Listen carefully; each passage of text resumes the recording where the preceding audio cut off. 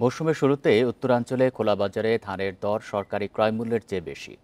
ফলে সরকারের সংগ্রহের লক্ষ্যমাত্রা পূরণ হওয়া নিয়ে সংশয় দেখা দিয়েছে। কৃষকরা বলছেন ধান চালের দাম বাড়ানো হলেও সেই মূল্য খোলা বাজারের তুলনায় কম। তবে কর্মকর্তাদের আশা পুরোদমে কাটা মারাই শুরু হলে ধান চাল সংগ্রহ বাড়বে।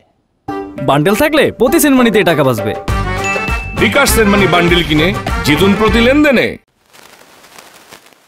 গত বছরের তুলনায় এবার কেজি প্রতি ধানের দর 4 টাকা বাড়িয়ে 36 টাকা নির্ধারণ করেছে সরকার। এছাড়া সেদ্ধ চালের দর 5 টাকা বাড়িয়ে করা হয়েছে 49 টাকা। তারপরেও সরকারি গুদামে এখনো চাল দিতে আগ্রহী হচ্ছেন না চাষিরা।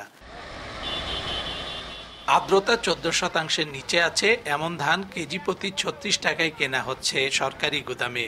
অন্যদিকে 20%-এরও বেশি আর্দ্রতা থাকলেও খোলা বাজারে মিলছে একই দাম। কৃষকরা বলছেন গুদামে ধান দিতে গেলে আর্দ্রতা মাপা হয়, ভেজা হলে সেই ধান আবার শুকাতে হয়, এরপর ওজনে কম হলে দিতে হয় বাড়তি ধান। এর ফলে সরকারের কাছে ধান বিক্রি করতে গেলে এখনই প্রতি মনে লোকসান হচ্ছে 150 টাকা থেকে 180 টাকা পর্যন্ত। দাবি চাষিদের।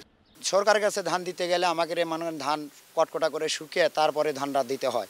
এই ক্ষেত্রে আমাকে সরকারের কাছে বেচলে ধানটা শুকনা ধান আমাকে একটু লজমান দেখা দেয়। মোটা ধানও আপনার যে সরকার রেট বেঁধে দিচ্ছে 36 টাকা কেজি, এই ধান শুকিয়ে 35-36 টাকা পড়েই যাবে। সরকারের এই দামে ধান দেওয়া সম্ভব হবে না। এবার ধানের ফলন হয়েছে ভালো। চলতি মাসের শেষ দিকে পুরোদমে কাটা মারাই শুরু হবে। ফলে কৃষি ও খাদ্য কর্মকর্তারা আশাবাদী সংশয় কাটিয়ে পর্যাপ্ত ধান চাল সংগ্রহ করতে পারবে সরকার। এখন পর্যন্ত সরকারের রেটের চেয়ে কৃষক আপাতত বেশি পাচ্ছে এবং এই কোয়ালিটির ধান সামনের দিনগুলোতে যখন পুরোপুরি ধান কর্তন শুরু হয়ে যাবে তখন মাঠ পর্যায়ে একটা ব্যালেন্স হয়ে যাবে। আমার মনে হয় যে সরকার এই দামে চেষ্টা করলে কিনতে পারবে। যখন পুরোপুরি কাটা হবে আমরা আশা করি যে আমাদের যে লক্ষ্যমাত্রা আছে বগুড়া জেলায় যে লক্ষ্যমাত্রা আছে ধান এবং চাল পুরোটাই ইনশাল্লাহ ক্রয় করতে পারবো।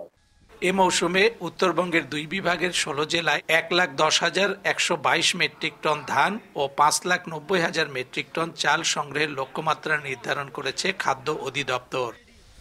Hasibur Rahman, independent news, Bogura.